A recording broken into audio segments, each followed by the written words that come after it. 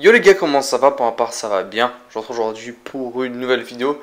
Et à la vue de la sortie du DLC 4 Salvations et surtout de la carte Zombie Revelations, on a eu beaucoup d'informations qui nous ont été transmises récemment par plusieurs moyens en fait.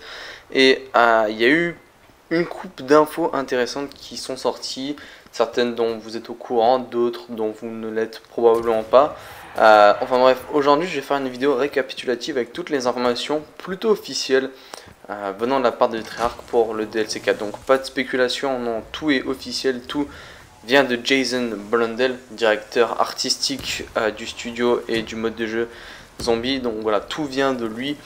Et la plupart de ces informations en fait viennent de lui dans une interview qu'il a donnée avec différents youtubeurs anglophones si vous préférez, dont Mr. Dalek JD et Mr. Ruffle Waffles. Ils ont eu la chance de réaliser plusieurs interviews et pour le DLC 4, je vais pas vous mentir, on nous a quand même bien gâté avec une coupe d'informations plutôt bien.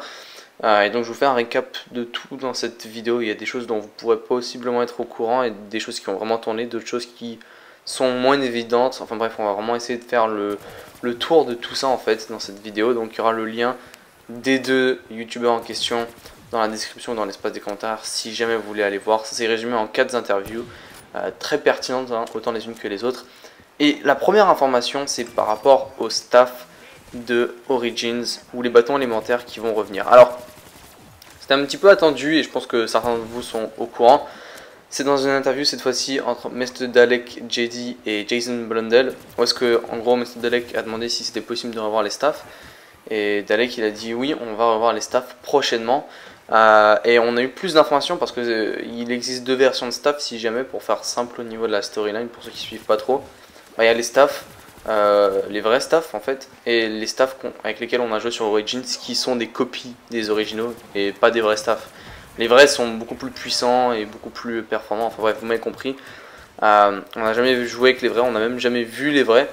Et Dalek est venu nous apporter cette confirmation sur la table qu'on va revoir les staffs. Après, les vrais ou pas, pour l'instant on n'en avait aucune idée, mais bon, ça aurait été sans intérêt de ramener simplement les copies. Néanmoins, Mr. Ruffle Waffles a eu la chance d'avoir des informations venant officiellement, et ça c'est énorme, de Jason Blundell une nouvelle fois, qui ce dernier est allé à la Comic Con, donc un événement pour les bandes dessinées, où il y a plein d'artistes, etc. Enfin bref, je suis pas le pro de cet événement, mais où est-ce que des artistes se réunissent pour parler de leurs futurs projets. Et il y a une personne qui aurait eu la chance d'interviewer Jason Blundell et qui lui a demandé si on va revoir les staffs ou une arme élémentaire dans le DLC 4. Et Jason Blundell a répondu de regarder la photo Premise Will Fail et nous aurons notre réponse dessus. Donc voilà, la photo Premise Will Fail c'est celle-ci qui je pense est plutôt connue hein, pour ceux qui suivent minimalement la storyline du zombie. Et on voit en fait les 4 personnages Premise et surtout avec des staffs plus grands et plus imposants que les staffs originaux, avec les copies, désolé, qu'on a eu avec Origins. Et donc ce sont les vrais staffs, ce sont les originaux. Et donc Jason Blundell nous a parlé des vrais staffs à ce moment-là. Donc voilà, les vrais staffs risquent d'être dans le DLC 4 comme Wonder Weapon, en tout cas on verra bien. Ensuite ça concerne le serveur d'Apoticon, ou le serveur d'Apoticon qu'on retrouve sur Shadows of Evil, qui a beaucoup fait parler parce que de manière de différents glitches en fait, cette arme était, on pouvait améliorer cette arme par X moyens. En fait il y avait premièrement un glitch devant le Pack-a-Punch et puis ensuite on pouvait utiliser la Gobblegum amélioration éphémère qui nous permettait de pratiquer un glitch sur cette arme et ça nous permettrait en gros de pouvoir Pack-a-Puncher l'arme pendant 30 secondes. Et puis la version Pack-a-Puncher existait vraiment, mais ça a été retiré par Treyarch après ça et elle n'existe que en glitch. Et bon, ça a beaucoup fait parler ce serveur d'Apoticon, est-ce qu'on pourra l'améliorer un jour?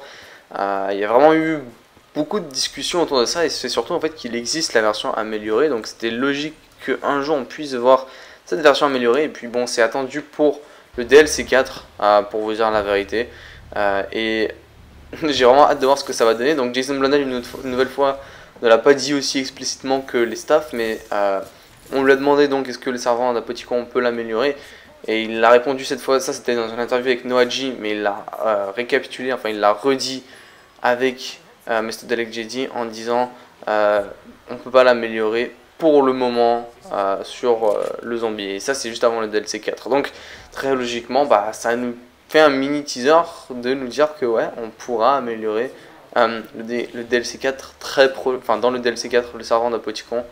Et j'ai hâte de voir ce que ça donne parce que la version améliorée est vraiment bien. Et on espère vraiment, enfin j'espère en tout cas moi, que la version améliorée soit meilleure que celle qui nous a été présentée sur Shadows, accessible via un glitch. Donc voilà, on pourra s'attendre d'avoir cette arme. Personnellement, je pense que ça va être l'arme spécialiste du jeu. On a vu beaucoup d'armes de spécialistes et je pense que ça serait illogique de l'avoir dans Wonder Weapon, mais plus en arme spécialiste. Si on s'attaque à autre chose qui a été dévoilé par Jason Blundell, c'est par rapport au cipher ou au code secret, donc les petits bouts de papier que vous pouvez trouver sur la carte, enfin bref, des codes que vous pouvez décoder en utilisant différentes manières pour décoder et décrypter les codes en fait. Et Jason Blundell a dit que si pour l'instant on a trouvé certains très durs, on va en trouver aucun sur Revelations. En gros, c'est ça qu'il a fait pour résumer. Je sais pas c'est quoi qu'il a dit mot pour mot, mais il a clairement dit que les codes secrets ou les ciphers vont être introuvables. Alors, la raison pour laquelle je pense vraiment, enfin, je pense pas que ça va être introuvable, je pense que beaucoup vont être trouvés assez rapidement.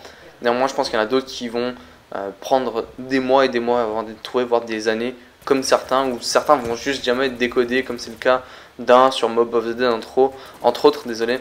Un cipher que personne n'a aucune idée comment décoder, et on suppose que sa définition ou ce qu'il veut nous indiquer doit être énorme si ça prend autant de temps et s'il est aussi compliqué à décoder. Donc la raison probable pour laquelle certains ciphers seront compliqués selon Jason Blundell à mon avis, bah, c'est que ça peut nous indiquer des informations sur des mystères qu'on a depuis longtemps dans la storyline du zombie, ou encore carrément sur leur prochain jeu, pourquoi pas. Je veux dire, vu ce que Jason Blundell ainsi que son équipe sont capables de faire, je serais vraiment pas étonné s'ils nous donnent des petits indices, des petits teasings, je sais pas, sur le prochain mode zombie de Treyarch, sur leur prochain jeu. Je sais vraiment pas ce que ça peut donner, mais ça risque d'être vraiment intéressant, parce que Jason Blundell peut cacher derrière tous ces codes secrets, et il nous a donc promis que ça va être très compliqué de les trouver. Donc voilà, bon, c'est plutôt cool, c'est plutôt...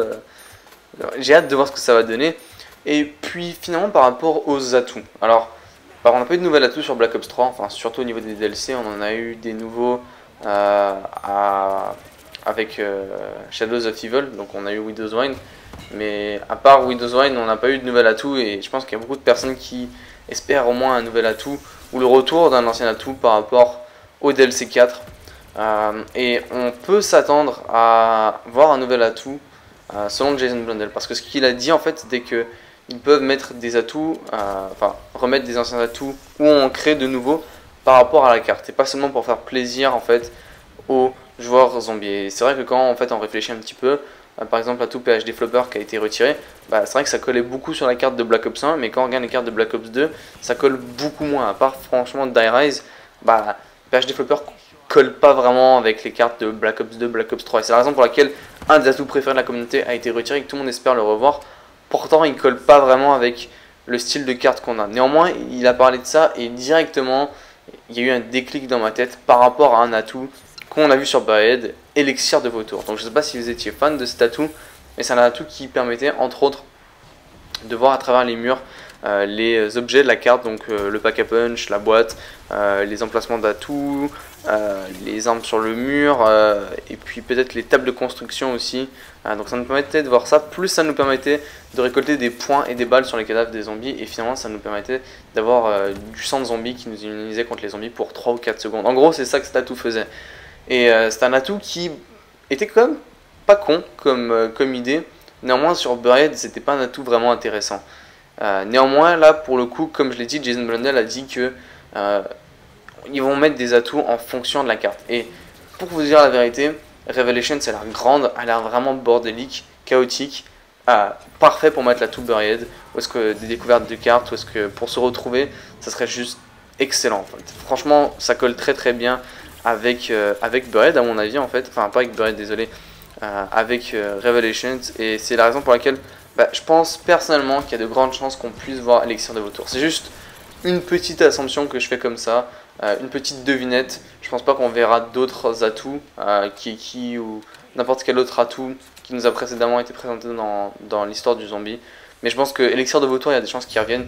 Et puis finalement par rapport à un mode de jeu, donc c'est le dernier point que Jason Blundell a évoqué qui était vraiment intéressant, c'est par rapport à un fameux mode de jeu. Alors c'est vrai que sur Black Ops 3, on n'a qu'un seul mode de jeu qui est la survie. Donc voilà, on lance la game et on est en survie. Alors que sur Black Ops 2, quand on y pense, on avait quand même eu 3 modes de jeu au total sur le zombie. Donc la survie, la lutte et puis finalement le mode turned ou infecté. Bon, c'est vrai qu'infecté avait pas fait un grand succès. Et Jason Blundell a dit qu'en fait, lui, son objectif pour lesquels il pourrait y avoir un mode de jeu, en fait, c'est simplement que le mode de jeu doit avoir de la vie et où est-ce que les gens vont y jouer, pas comme les modes de jeu de Black Ops 2. Alors c'est vrai que les modes de jeu de Black Ops 2 n'avaient pas vraiment duré longtemps. Par contre, moi j'ai trouvé que Lutte avait un potentiel énorme, surtout sur certaines cartes. Tu verrais bien Lutte sur Der Eisendrache, ça serait super fun quand on se l'imagine, ça rentrerait parfaitement dans la construction de cartes, dans la manière et le dynamisme de jouer.